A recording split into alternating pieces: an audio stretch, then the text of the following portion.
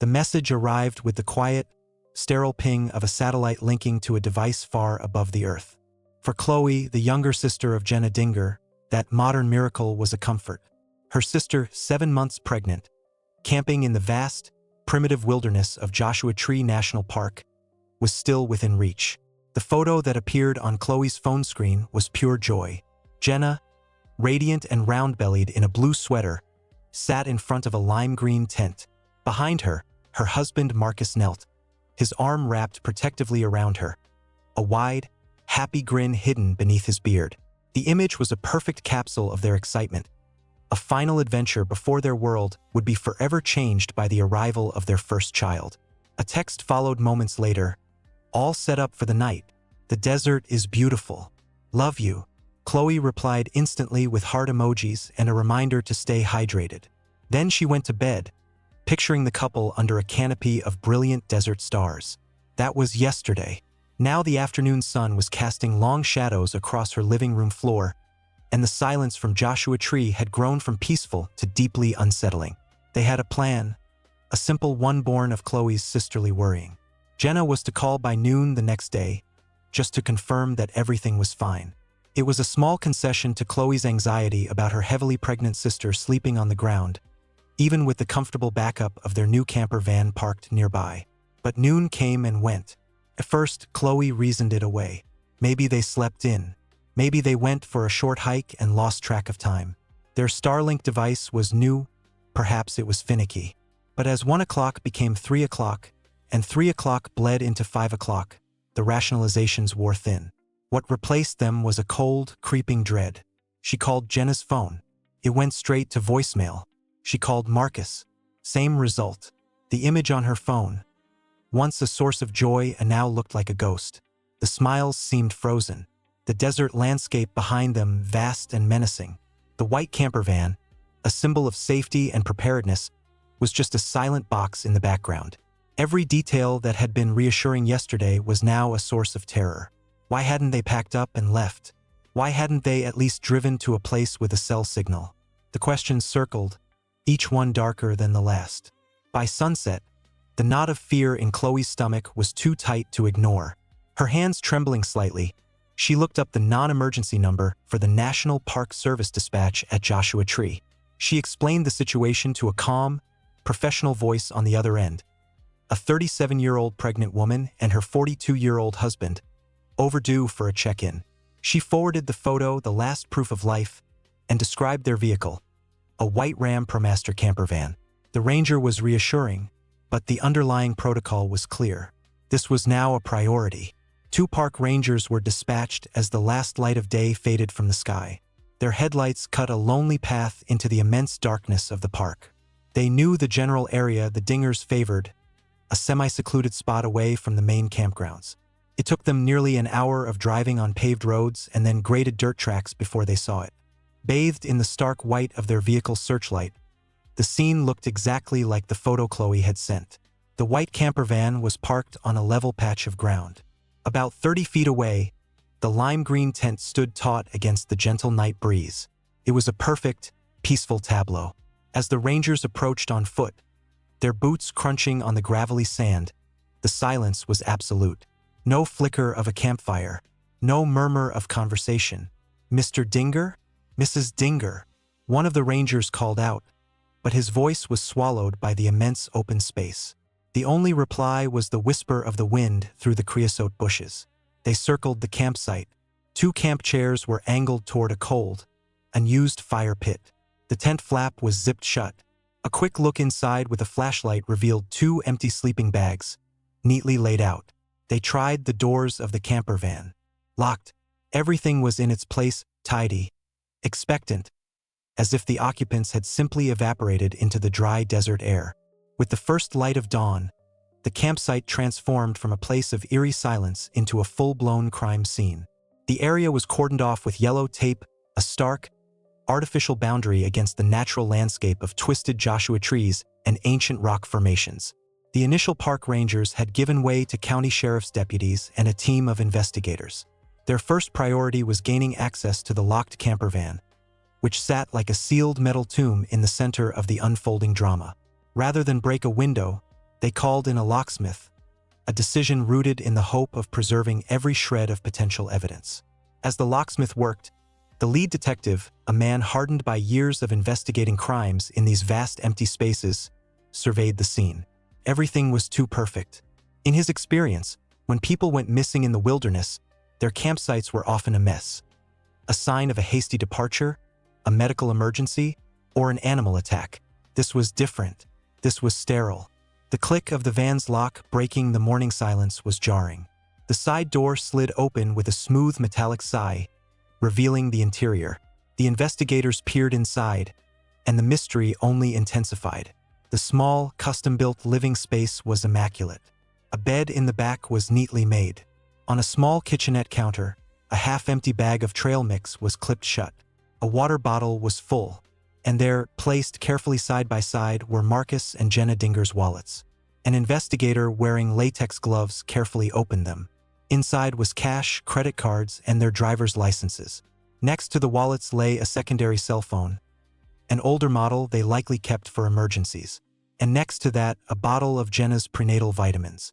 A poignant symbol of the life that was supposed to be. The discovery of the wallets and phone was a critical turning point. People who choose to disappear, to start a new life, take their money and identification. People who get lost on a hike would have their wallets on them. And no one, absolutely no one, would leave their pregnant wife's essential medication behind. The scene screamed that whatever had happened to the Dingers, it had not been planned by them. They had intended to return to this van. The only things missing were the couple themselves, the clothes on their backs, and the primary smartphone that had sent that final happy photo. The lack of any sign of a struggle inside the van was just as perplexing. There were no overturned items, no scuff marks on the floor, no trace of violence. It was as if they had been called out of the van and had simply walked away, leaving the entire infrastructure of their lives behind.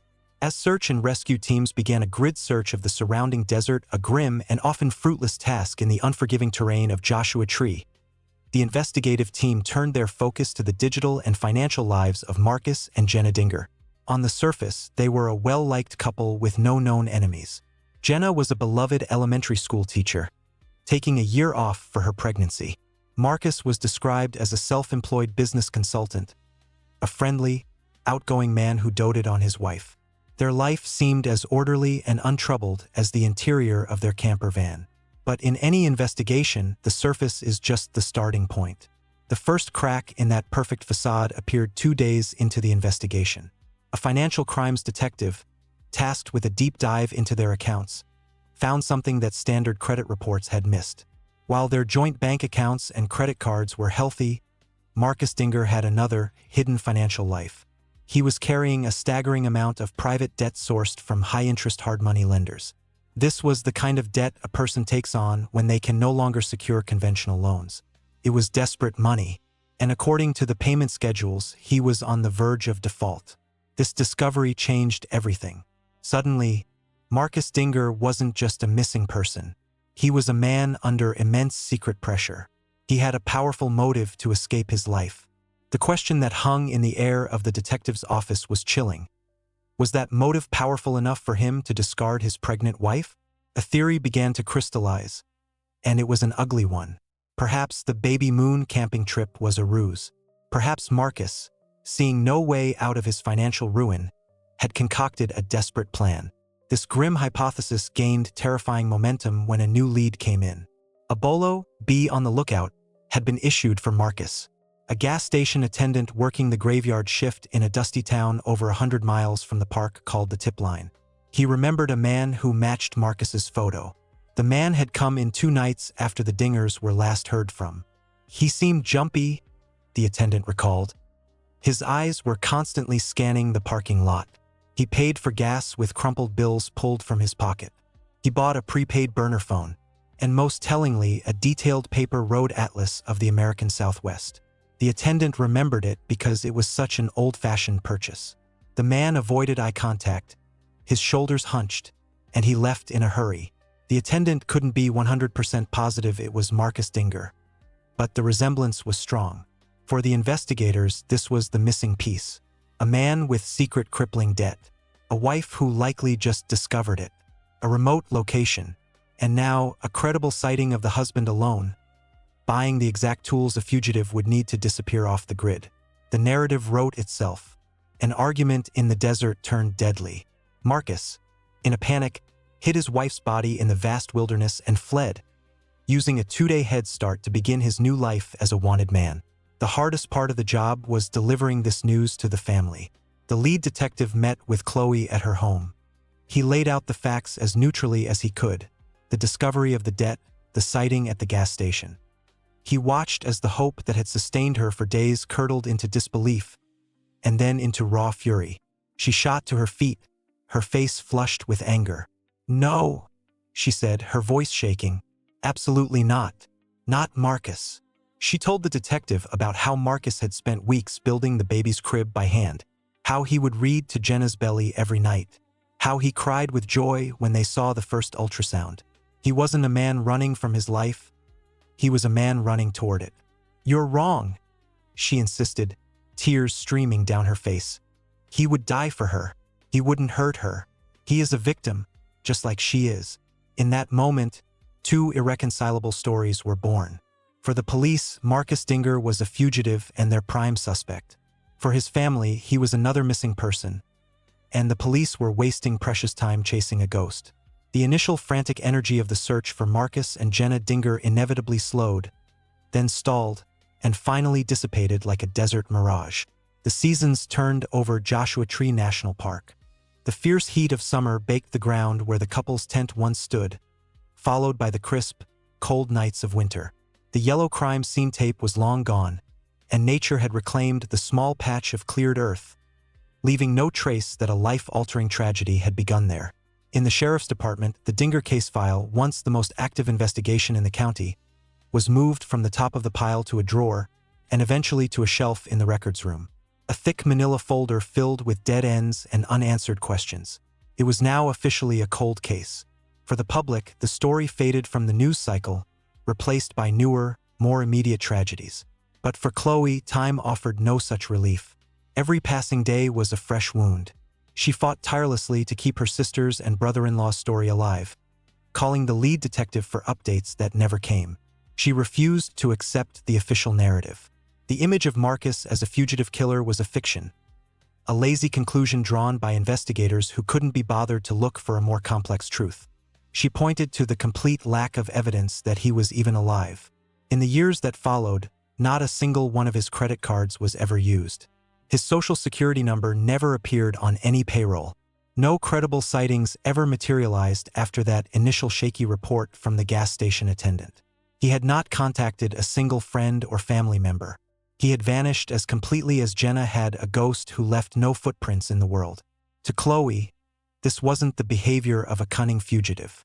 It was the silence of a dead man. The years stretched into a quiet, agonizing limbo. 2012 became 2013, then 2014. The original lead detective retired. New sheriffs were elected. The Dinger case became a local legend, a cautionary tale whispered to tourists around campfires. But for law enforcement, it was a frustrating monument to failure. Then, in the late summer of 2017, nearly 6 years after the couple disappeared, a bureaucratic decision forced the case back into the light.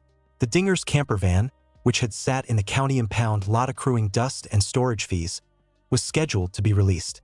It was a final, painful piece of administrative housekeeping. Khloe, as next of kin, had been notified to arrange for its collection. Before the vehicle could be released, however, department policy dictated a final, thorough inventory. It was a thankless task that fell to a young, meticulous deputy who had only been a rookie when the case first broke. The impound lot was a desolate place, a vehicle graveyard where every car, truck, and van was a chapter in a story of misfortune or malice. The Dinger van sat in a back row, its white paint now dull and streaked with grime. The deputy unlocked it. The air inside was stale and hot. He began his methodical work, clipboard in hand, checking off the items listed on the original evidence manifest. Sleeping bags, camp stove, first aid kit.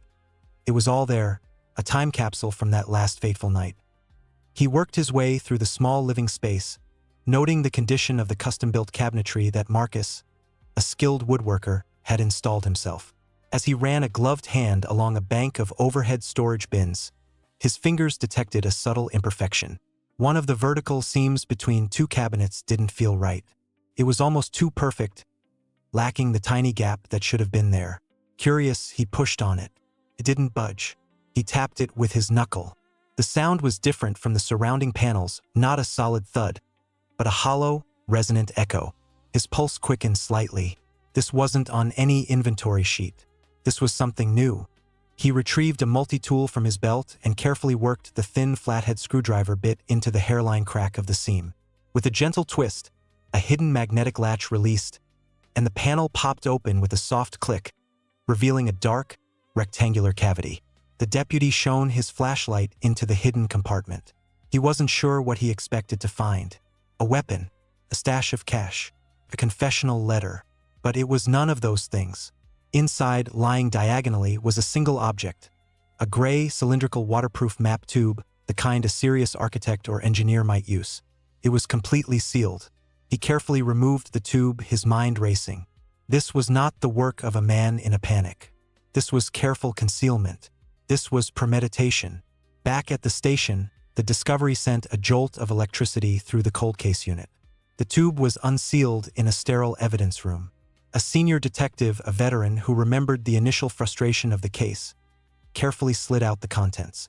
It wasn't one map, but a series of them, tightly rolled together. As they were unfurled on a large table, it became clear that these were not standard tourist maps. They were highly detailed, professional-grade geological surveys. They depicted a specific, remote sector of Joshua Tree National Park or an area far from any established trails or campgrounds, known for its rugged terrain and complex rock formations. But it was the handwritten annotations that truly baffled the investigators. The maps were covered in small, neat notes written in pencil, cryptic technical references, pegmatite dikes, prominent, check alluvium for float, and coordinates followed by notations like possible monazite. This was the language of a prospector. The discovery completely shattered the established theory of the case.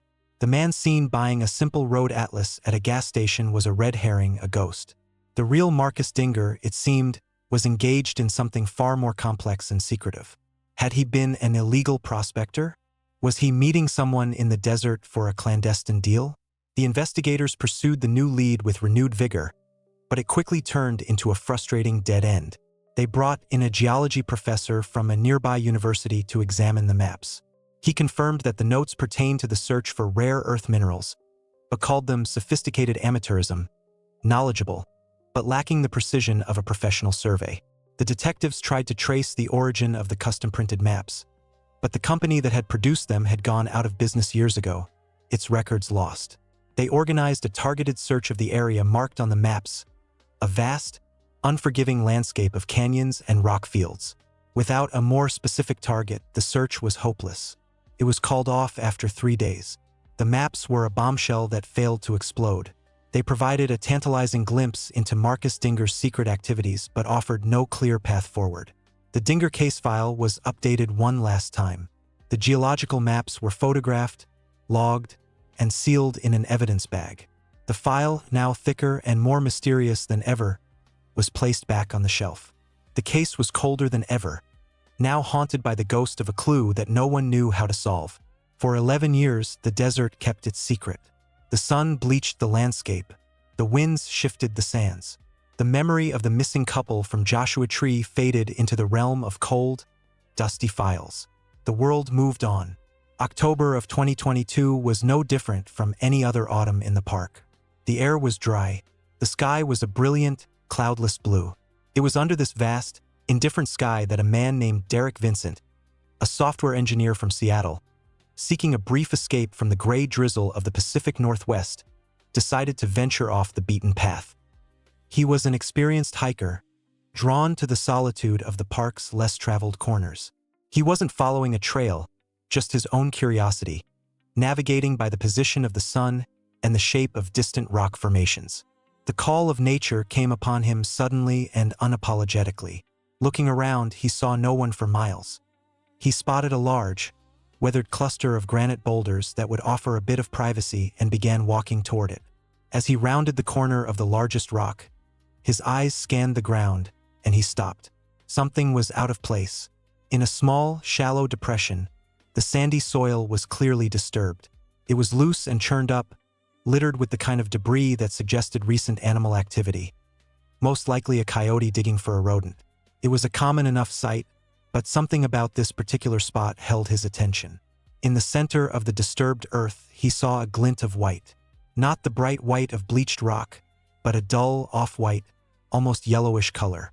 His first thought was that it was a piece of trash, or perhaps an animal bone.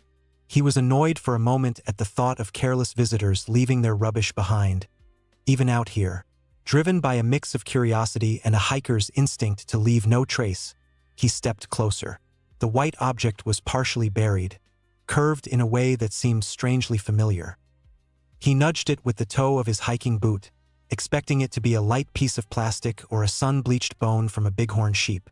But the object didn't just move. The sand around it crumbled away, revealing more of its shape. And in that instant, the world tilted on its axis for Derek Vincent. It wasn't one bone. It was a series of them, fused together in a horrifyingly recognizable pattern. The curve he had seen was the elegant, arching shape of a human rib. He was looking at a human rib cage. He stumbled back, a gasp of cold air catching in his throat. His heart hammered against his own ribs, a frantic drumbeat in the sudden, profound silence of the desert. He looked again, his mind refusing to process what his eyes were seeing. But it was undeniably real. He could see the distinct, parallel lines of individual ribs emerging from the sand. He scrambled for his phone, his fingers fumbling, clumsy with a sudden rush of adrenaline. He stabbed at the screen, dialing 911. The voice of the dispatcher was a calm, grounding presence in his swirling panic. 911, what is your emergency? I found something, Derek stammered, his voice thin and reedy. A body, I think. Bones. Human bones. The dispatcher's tone remained level, professional. Okay, sir. Can you tell me your location? Derek looked around wildly, the familiar landscape now feeling alien and threatening. He tried to describe his position, referencing the sun, the shape of the boulder formation, the direction he'd walked from the nearest dirt road. He could hear the clicking of a keyboard as the dispatcher tried to pinpoint his coordinates. The process felt like an eternity. He was told to stay put, not to touch anything, and that units were on their way. After he hung up, he sat on a rock a good 50 feet away from the site, his back to it, unable to look again. He just stared out at the empty desert. The image of the ribcage was burned into his mind. Within the hour, the silence was broken by the distant sound of approaching vehicles. 2 park rangers arrived first, their faces grim and professional as Derek recounted his discovery. They confirmed the remains were human and immediately established a wide perimeter.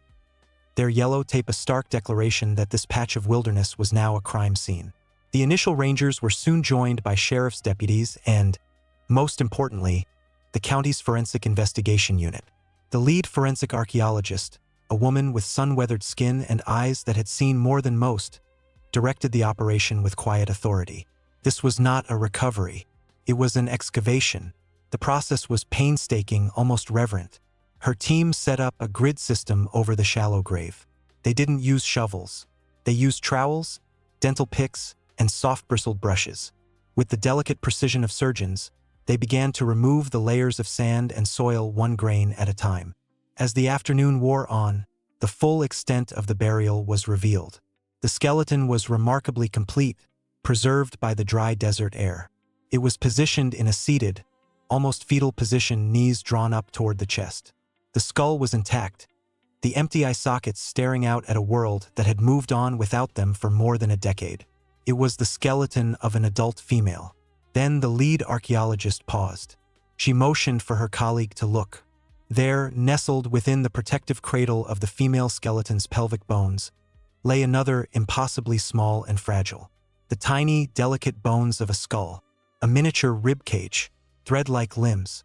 It was the perfectly formed skeleton of a fetus, lying exactly where it had been in its mother's womb. A hush fell over the entire team. Even the seasoned deputies looked away. This wasn't just one victim. It was 2. After 11 years of silence, buried under layers of sand and secrets, Jenna Dinger, and her unborn child had finally been found. The discovery of Jenna Dinger's remains sent a seismic shockwave through the county sheriff's department. The Dinger file, a cold case so dormant it was practically fossilized, was abruptly reactivated. This was no longer a missing persons case shadowed by the ambiguous possibility of a husband on the run. This was a homicide. The location of the grave in a remote, almost inaccessible part of the park immediately nullified the long-held theory that Marcus had killed his wife in a spontaneous fit of rage near their campsite and fled. This burial was deliberate, calculated, and required intimate knowledge of the park's hidden corners. The fugitive theory, which had guided the investigation for over a decade, evaporated under the harsh desert sun. The entire case had been reset to zero. A new task force was assembled, blending veteran detectives who remembered the original case with younger officers who brought fresh perspectives and familiarity with new forensic technologies. Their first and most critical task was a complete review of the mountain of old evidence. A detective named Miles Corbin, a man nearing retirement who had been a junior officer back in 2011, was assigned the painstaking job of rereading every report, every interview transcript, every dead-end lead in the original file. He spent 2 days immersed in the case's history, the faded ink and typewritten pages a testament to a decade of frustration. On the third day, he came across the supplemental report from 2017, the discovery of the hidden compartment in the camper van. He read the description of the waterproof tube and the geological maps found inside. He pulled up the digitized images of the maps, their surfaces covered in Marcus Dinger's cryptic handwritten notes. A jolt went through him. He cross-referenced the GPS coordinates from the newly discovered gravesite with the annotations on the maps. It was a perfect match. The shallow pit where Jenna and her baby were found lay directly within a large, hand-drawn circle on one of Marcus's surveys. The forgotten clue, the baffling discovery that had led nowhere 6 years prior, was suddenly the Rosetta Stone of the entire investigation. The maps weren't just a random curiosity. They were a direct link between the victim and the place of her burial. Marcus Dinger hadn't been a simple tourist. He had been drawn to that specific, desolate spot for a reason.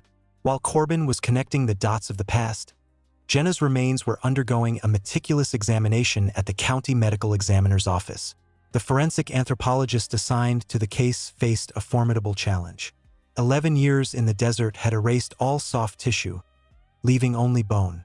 Determining a precise cause of death would be difficult, if not impossible. A visual inspection revealed no obvious signs of trauma. No bullet holes in the skull. No nicks on the ribs from a knife. No fractures indicative of blunt force injury. The skeleton was a silent witness, its secrets locked away by time. Unwilling to give up, the anthropologist decided to employ a more advanced technique: scanning electron microscopy. The process involved taking microscopic samples from the surface of the bones to search for trace evidence, something that might have been left behind by a weapon or the environment of the attack itself. She focused on the cervical vertebrae, the bones of the neck, as they are often marked in cases of strangulation or other forms of asphyxiation. Under the immense magnification of the electron microscope, she found something. It wasn't a mark from a ligature. It was something even stranger. Embedded in the porous, microscopic matrix of the bone surface were tiny, almost infinitesimal particles of a fine granular dust. The particles were metallic and unusually dense. They were not a naturally occurring component of the desert soil. This was a foreign substance, introduced to the bone at or around the time of death. The discovery was highly unusual. The anthropologist carefully collected a sample of the trace particles and sent them to a specialized forensics lab with expertise in material science and geology. The question was simple: what was this mysterious dust, and where did it come from? The investigation now had two powerful, converging lines of inquiry. The first was the map, which proved that the burial site was not random. It was a destination. The second was the microscopic dust, a physical clue that held the potential to link a suspect directly to the victim's body. The task force pivoted. They set aside the old theories about marital strife and financial desperation.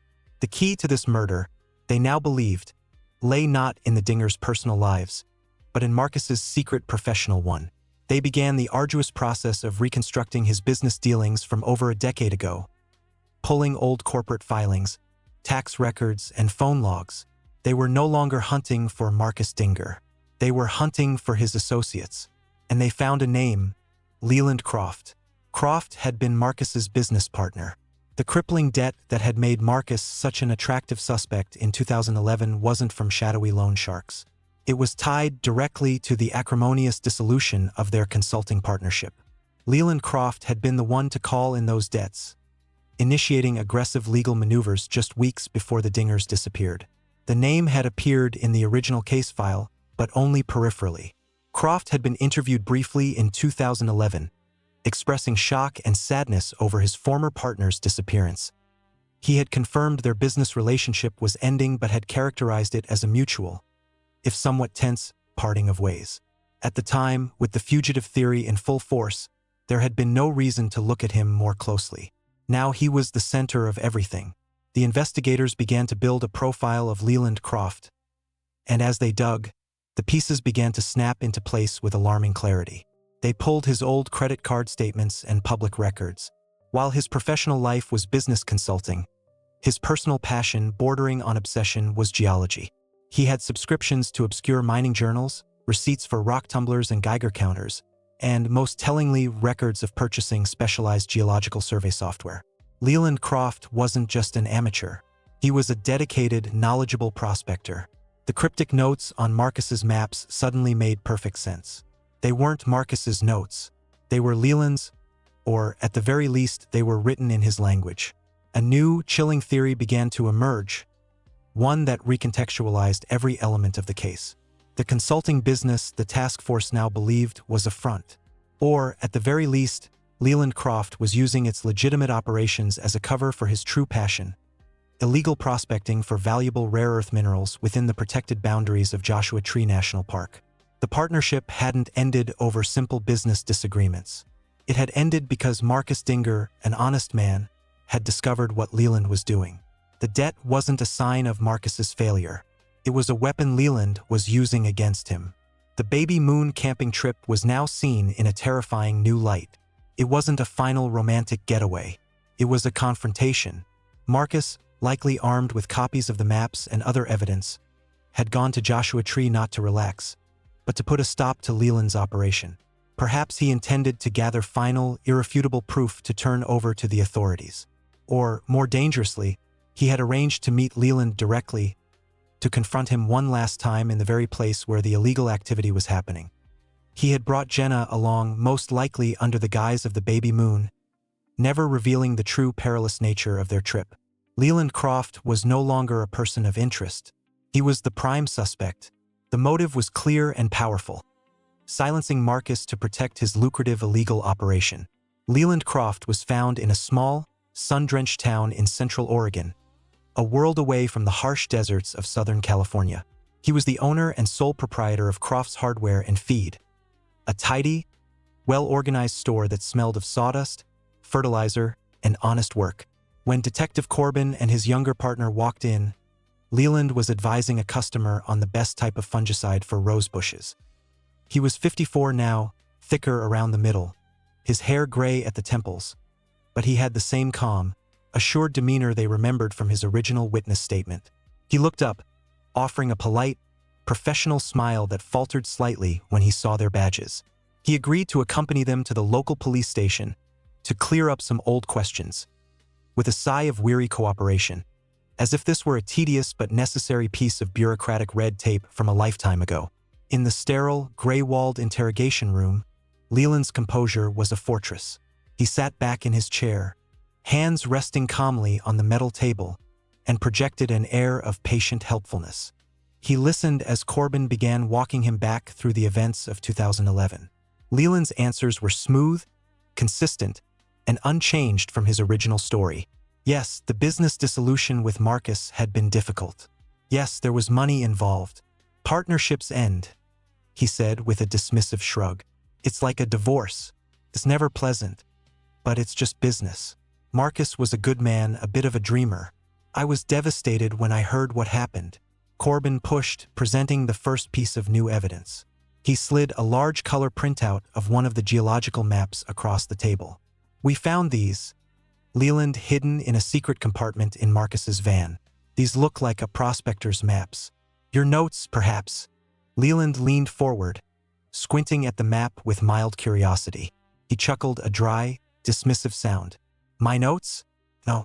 Marcus got into all sorts of strange hobbies. He had a brief obsession with gold panning one year, then it was meteorite hunting. This was probably another one of his phases. He thought he was going to strike it rich in the desert. I told him he was wasting his time. He expertly deflected the question, turning evidence of a secret operation into a character flaw of the victim. He painted Marcus as a naive dreamer and himself as the grounded, practical partner. The fortress of his denial seemed impenetrable. Corbin pressed on, detailing the bitter financial dispute, the aggressive legal letters Leland's lawyer had sent just before the disappearance. Leland didn't flinch. As I said, business divorce. Lawyers get involved. Things get ugly. It's regrettable, but it's standard procedure. It has nothing to do with him and Jenna going missing. Every piece of circumstantial evidence the detectives presented, Leland caught and calmly dismantled with a plausible, rational explanation. For a moment, a sliver of doubt entered Corbin's mind. Was it possible they were wrong? That this was all just a string of incredible coincidences? Then came a knock at the door. A uniformed officer entered and handed Detective Corbin a sealed evidence envelope. It was the report from the materials analysis lab. This was the moment. Corbin opened the envelope, his eyes scanning the technical language of the report. He looked up, his gaze locking with Leland's. The air in the room grew heavy. When the medical examiner inspected Jenna's remains, Corbin began, his voice low and steady. She found something unusual, a fine metallic dust embedded in the bones of her neck. He paused, letting the statement hang in the air. We sent a sample to the lab for analysis. The substance is called thorite, Leland. It's a radioactive rare earth mineral. It's not something you just find anywhere. In fact, it's only found in commercially viable concentrations in a few places in North America. Corbin leaned forward, his voice dropping to a near whisper. One of those places happens to be the exact isolated patch of desert where you were prospecting and where we found Jenna's body. For the first time, a crack appeared in Leland Croft's fortress.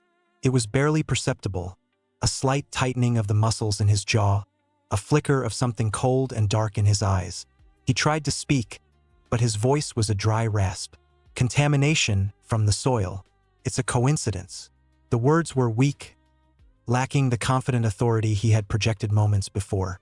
The science was a wall he couldn't talk his way around. Before Leland could recover, Corbin's partner slid a second file across the table. He opened it to reveal two photographs side by side.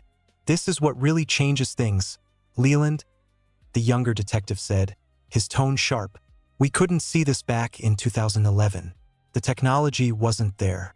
But we reanalyzed the original crime scene photos from inside the camper van.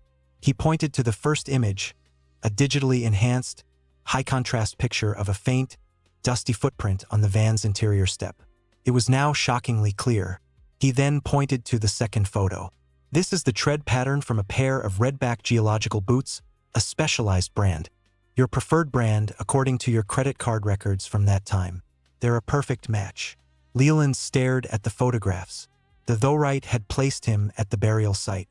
The boot print placed him inside the van. The two pieces of evidence were like the jaws of a vice, closing in on him from opposite sides. There was no more room for denial. There was nowhere left to run. The collapse was total. The calm, confident hardware store owner dissolved, replaced by a man drowning in a memory he had held underwater for 11 years. His shoulders slumped. The color drained from his face. He stared at his hands on the table as if they belonged to a stranger. A long, shuddering breath escaped his lips, a sound of profound and final defeat. He wasn't supposed to bring her? Leland whispered, the words tumbling out, thick with a decade of silence. He recounted the story in a broken, disjointed torrent. The meeting was his idea, a final, angry confrontation at his prospecting site. He was furious that Marcus was threatening to expose him. The argument escalated. Marcus was righteous, unbending. In a fit of pure rage, Leland had struck him with a heavy rock hammer, the kind he kept with his tools. Marcus went down, and he didn't get up. Then Leland turned, and Jenna was standing there by the van, her face a mask of pure horror. She had seen everything. "I didn't have a choice." He choked out the pathetic, classic excuse of a murderer. He described in cold detail how he had killed her, buried her in a prospect pit he had already dug, and then returned for Marcus's body, dumping it down the shaft of a nearby abandoned mine he knew of.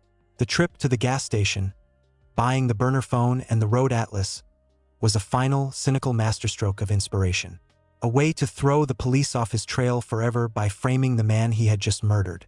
The interrogation room was silent, except for the sound of Leland Croft's ragged, sobbing breaths. The fortress had crumbled to dust. The case, after 11 agonizing years, was finally brutally closed. The confession of Leland Croft did not end the investigation. It launched its final, grim chapter. While Croft was processed and held without bail, a massive search operation was mobilized. Its focus now narrowed from the entirety of Joshua Tree National Park to a few square miles of rugged, mine-scarred badlands, the area Leland had described. The mission was no longer a search for a missing person. It was a recovery operation. They needed to find Marcus Dinger. The terrain was treacherous, dotted with the open mouths of abandoned mine shafts from a long-forgotten prospecting boom. These shafts were vertical tombs, some hundreds of feet deep, their wooden supports rotted, their edges unstable. Sending personnel down was deemed too dangerous. Instead, the task force brought in a specialized team from a state university's robotics lab. Their tools, a fleet of advanced, remote-controlled drones small enough to navigate the narrow shafts, equipped with high-intensity lights and high-resolution cameras. For 2 days, the operation unfolded under the relentless desert sun. The team worked methodically, moving from one abandoned mine to the next. The drone operators sat in the cool, air-conditioned darkness of a command vehicle, their faces illuminated by the green glow of their monitors, watching the live feed as the drones descended into the earth. The images sent back were claustrophobic and tense. Rough-hewn rock walls, dangling roots, the occasional desiccated carcass of an animal that had fallen in. Shaft after shaft revealed nothing but darkness and debris.